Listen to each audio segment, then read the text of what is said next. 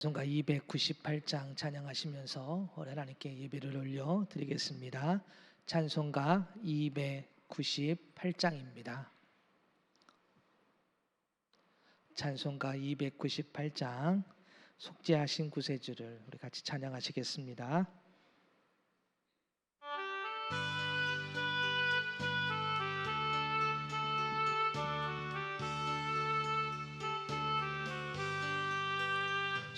속죄하신 구세주를 내가 찬송하리라.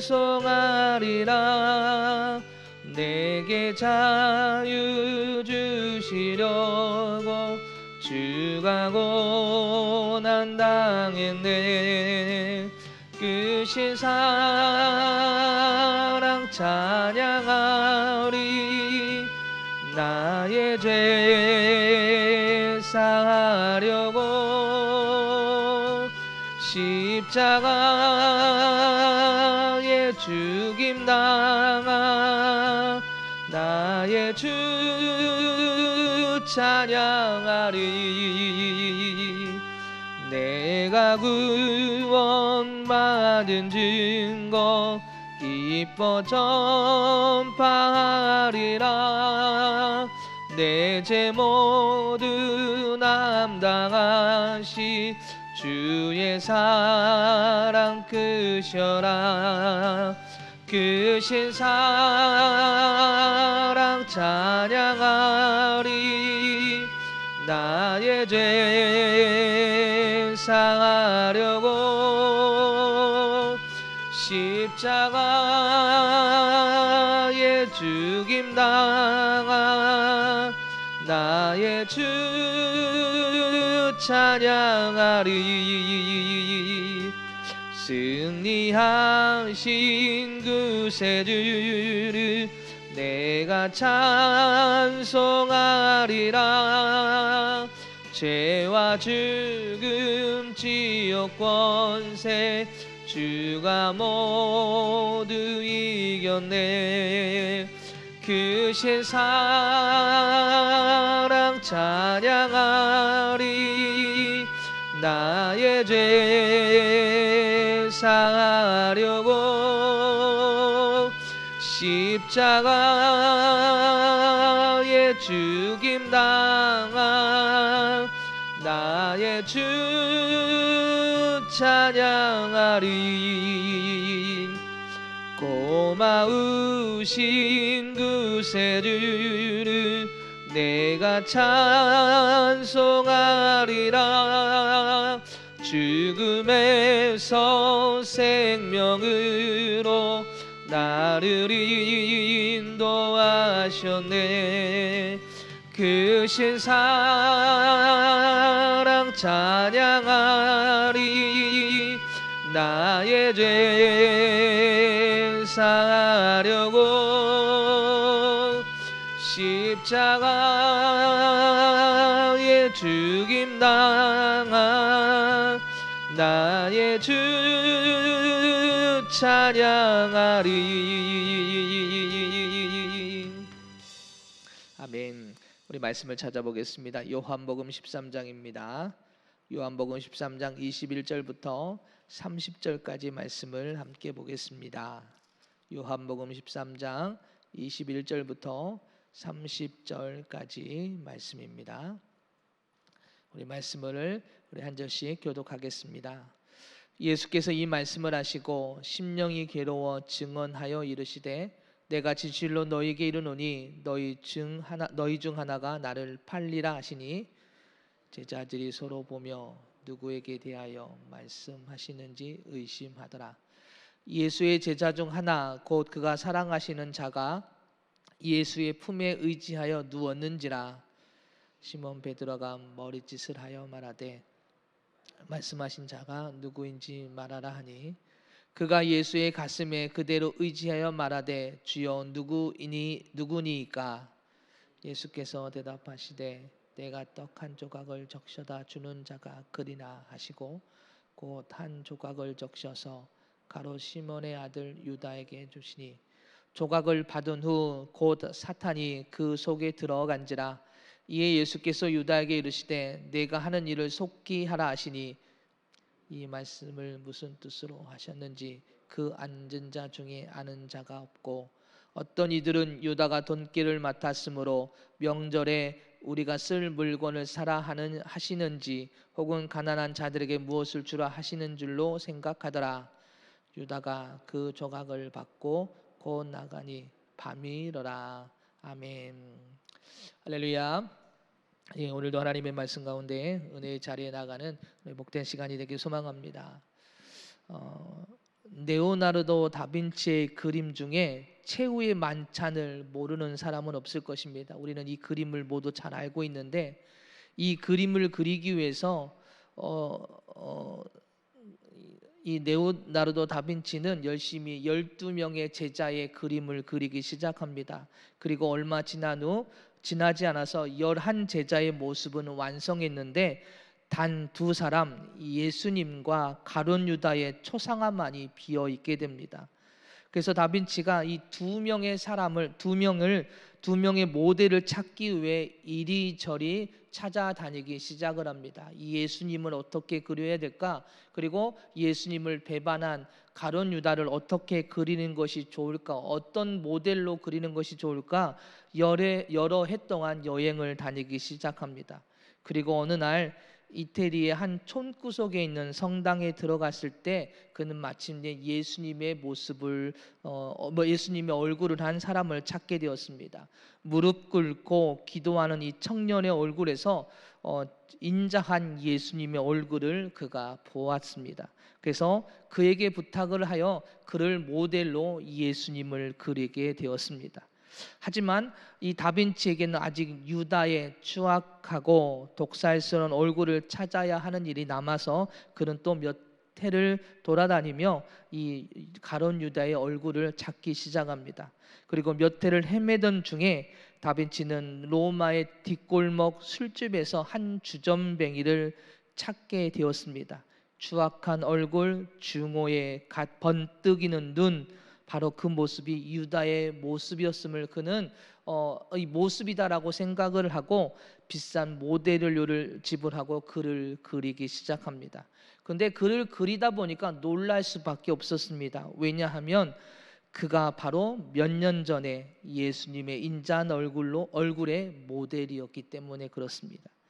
예수님의 인자한 얼굴을 가졌던 청년이 몇 년 사이에 가룟 유다의 추악한 모습으로 변해 있었다라는 이야기입니다.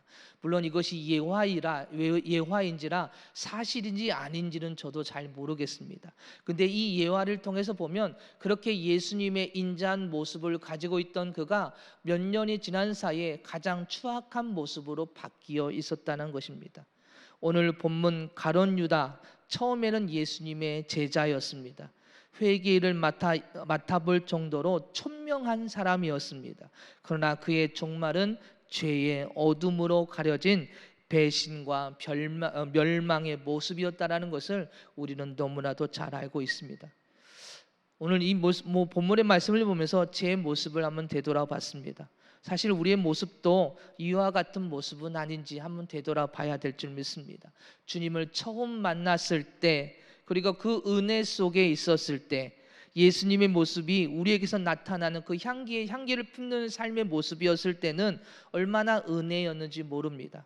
그런데 지금의 모습은 죄와 교만에 빠져 혹시 가룟 유다처럼 우리의 영의 추악한 모습으로 바뀌어 있지는 않은지, 저의 모습을 봐도 주님을 처음에 만났을 때 그리고 그 은혜에 있을 때는 순수한 그 모습 그대로 주님이 말씀하시면, 아니면 때로는 주의 종이 말씀하시면, 또는 하나님의 그 성경의 말씀을 통해서 은혜를 따라서 그렇게 아멘하면 순종했던 모습은 어디 가고 이제는 계산하며 그리고 세상의 지혜를 바라보고 육신의 모습을 찾는 저의 모습을 발견하게 되었습니다.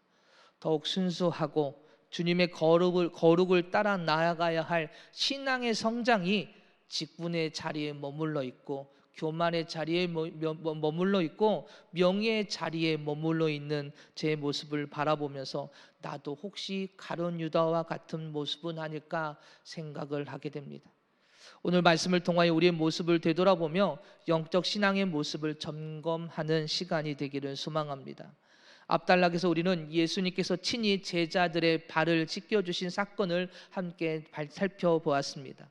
주님은 제자들의 발을 씻겨주시는 모습을 통하여 제자들에게 섬김의 모습이 무엇인지를, 겸손의 모습이 무엇인지를 이 제자들에게 보여주시고 말씀해 주셨습니다. 그리고 그 섬김의 모습 그대로 예수님의 모습을 본받아 예수님의 그 길을 따라 나아가기를 주님은 원하셨지요. 즉 섬김은 자신의 영광을 버리시고 인간의 종의 모습으로 오셔서 죄로 죽어 있는 영혼들을 살리시기 위해 십자가의 길을 걸어가신 예수님의 모습이 진정한 섬김의 모습이고, 그것이 진정한 겸손의 모습임을 우리 제자들에게 이 발 씻기심을 통해서 보여주셨습니다.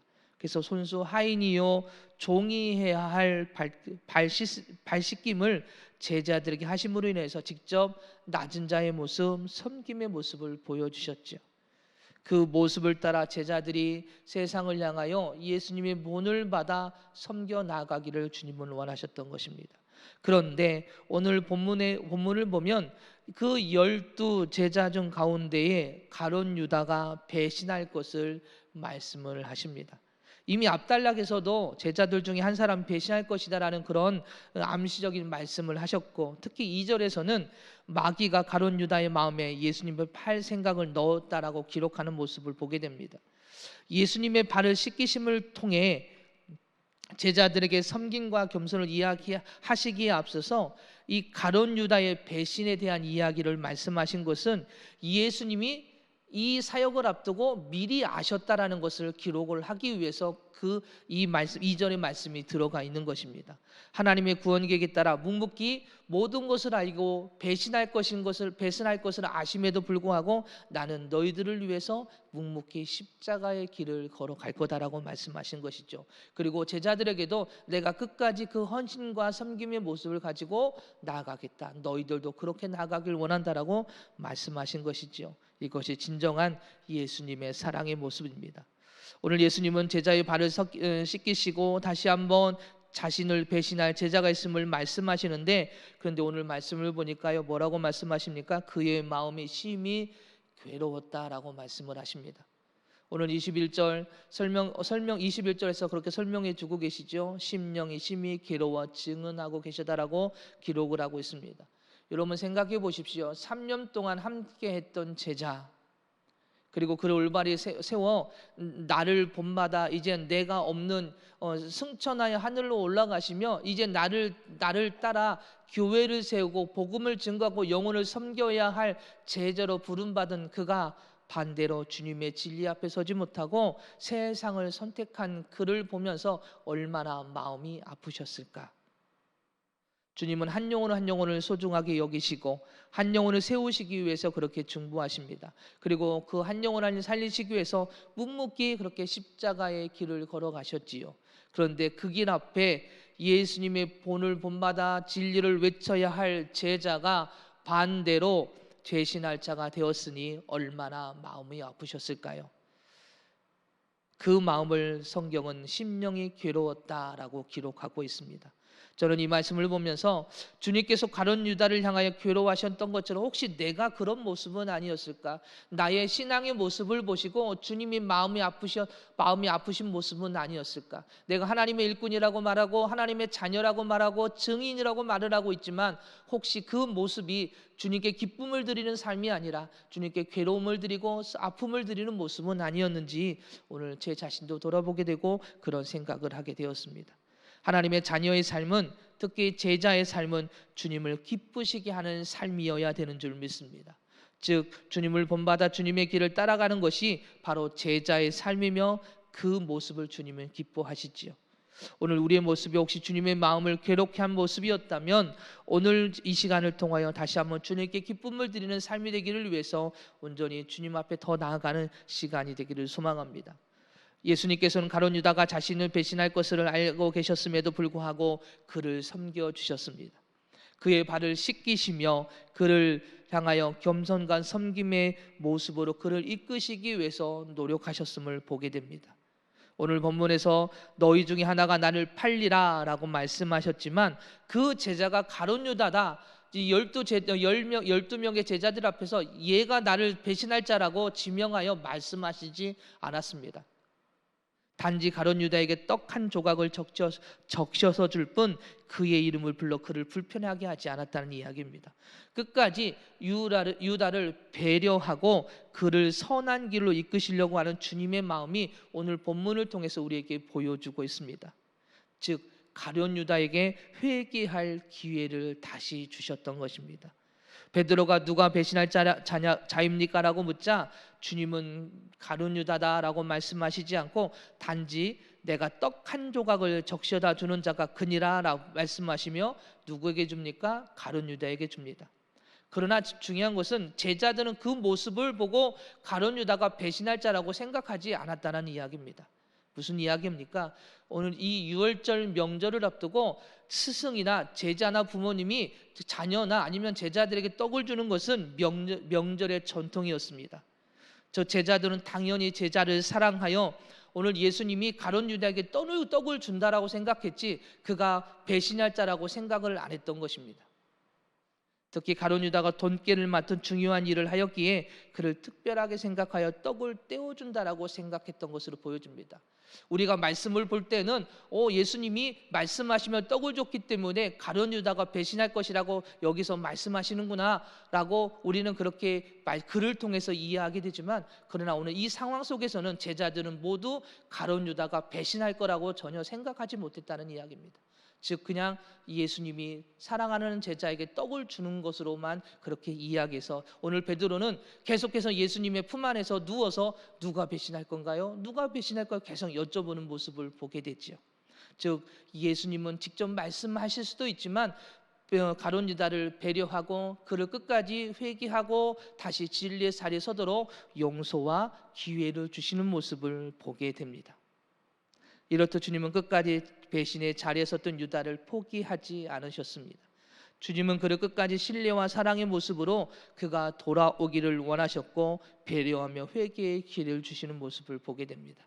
그러나 끝까지 회개의 자리에 서지 않았던 가룟 유다, 결국 가룟 유다는 그 떡 조각을 받고 밖으로 나아가게 됩니다. 그리고 18장에서 다시 가룟 유다가 등장을 합니다. 그런데 이때 등장할 때는 혼자 등장하는 것이 아니라 대제사장이 보낸 사람들과 함께 등장하여 예수님이 그자입니다라고 예수님을 배신하는 일 앞에 그가 서게 됩니다. 마치 창세기에서 형들이 요셉을 팔아 넘기듯 가룟 유다는 은30에 결국 예수님을 팔아넘기는 일에 배신하는 자로 서게 되었던 것입니다. 주님은 그 모습을 아셨음에도 불구하고 그를 끝까지 섬기는 모습을 보게 됩니다. 그래서 오늘 말씀에서 그 가룟 유다를 이야기하면서도 심령이 괴로웠다라고 말씀하시죠. 사랑하는 여러분, 주님의 사랑은 이처럼 잘못을 지적하고 정죄하고 심판하심이 아닌 끝까지 그가 회개하기를 바라시며 용서와 사랑의 모습으로 그를 바라보시고 끝까지 뭐하고 계십니까? 배려하며 회개의 자리로 이끄시는 모습이 바로 주님의 사랑의 모습인 줄 믿습니다. 그리고 묵묵히 그 제자 가룟 유다의 배신 앞에서도 묵묵히 십자가의 길을 걸어가셨습니다. 그리고 이 예수님이 입성하실 때 그렇게 호산나를 외쳤던 사람들, 그런데 반대로 예수님의 십자가의 골고다의 그 언덕 앞에 예수님을 조롱했던 그들을 바라보면서도 묵묵히 죄를 돌리지 아니하시고 십자가의 길을 걸어가신 주님의 모습이 진정한 사랑의 모습이고 섬김의 모습이고 겸손의 모습입니다. 오늘 우리가 가져야 할 신앙의 모습은 바로 여기에 있는 줄 믿습니다.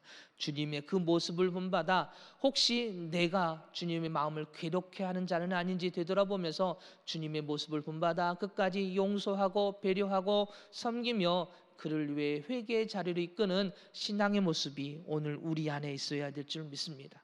사람과의 관계에서는 미워할 수도 있습니다. 싫어할 수도 있습니다. 그러나 오늘 예수님의 마음을 본받아 내가 마음에 들지 않다 할지라도 하나님 용서하는 마음을 주시옵소서, 섬기는 마음을 주시옵소서, 배려하는 마음을 주시옵소서, 그리고 주님께로 끝까지 이끄는 삶이 되기를 위해서 오늘도 기도하면서 주님의 은혜 안에 승리하는 삶이 오늘 우리 모두에게 있길 소망합니다. 배신할 것을 아시면서도 회개하기를 바라시며 섬겨주신 예수님, 배려하시며 그를 기다려주신 예수님, 사랑으로 포기하지 않으신 예수님의 모습을 본받는 것이 바로 성도인 삶의 모습인 줄 믿습니다. 오늘도 그 은혜를 가지고 예수님의 향기를 나타내는 은혜의 삶이, 축복의 삶이 저와 여러분 모두에게 있기를 소망합니다. 기도하겠습니다. 할렐루야. 사랑이 많으신 하나님, 배신할 것을 아시면서도 회개를 바라시며 끝까지 섬겨주시고 기다려주시고 포기하신 예수님의 그 모습, 이것이야말로 진정한 사랑의 모습이고 섬김의 모습이고 겸손의 모습인 줄 믿습니다.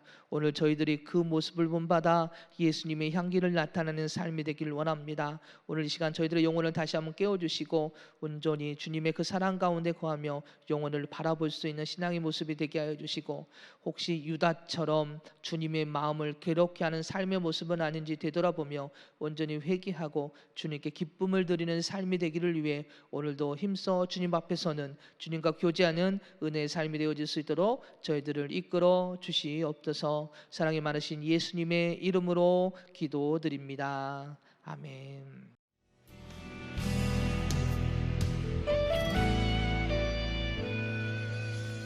주님 말씀하시면 내가 나가리다. 주님 뜻이 아니면 내가 멈춰서리다. 나의 가고 서는 것 주님 뜻에 있으니 오 주님 나를 이끄소서. 주님 말씀하시면 내가 나가리다. 주님 뜻이 아니면 내가 멈춰서리다. 나의 가고 서는 것 주님 뜻에 있으니 오 주님 나를 이끄소서. 뜻하신 그곳에 나 있기 원합니다. 이끄시는 대로 순종하며 살리니 연약한 내 영혼 통하여 일하소서. 주님 나라와 그 뜻을 위하여 뜻하신 그곳에 나 있기 원합니다. 이끄시는 대로 순종하며 살리니 연약한 내 영혼 통하여 일하소서. 주님 나라와 그 뜻을 위하여 오 주님 나를 이끄소서.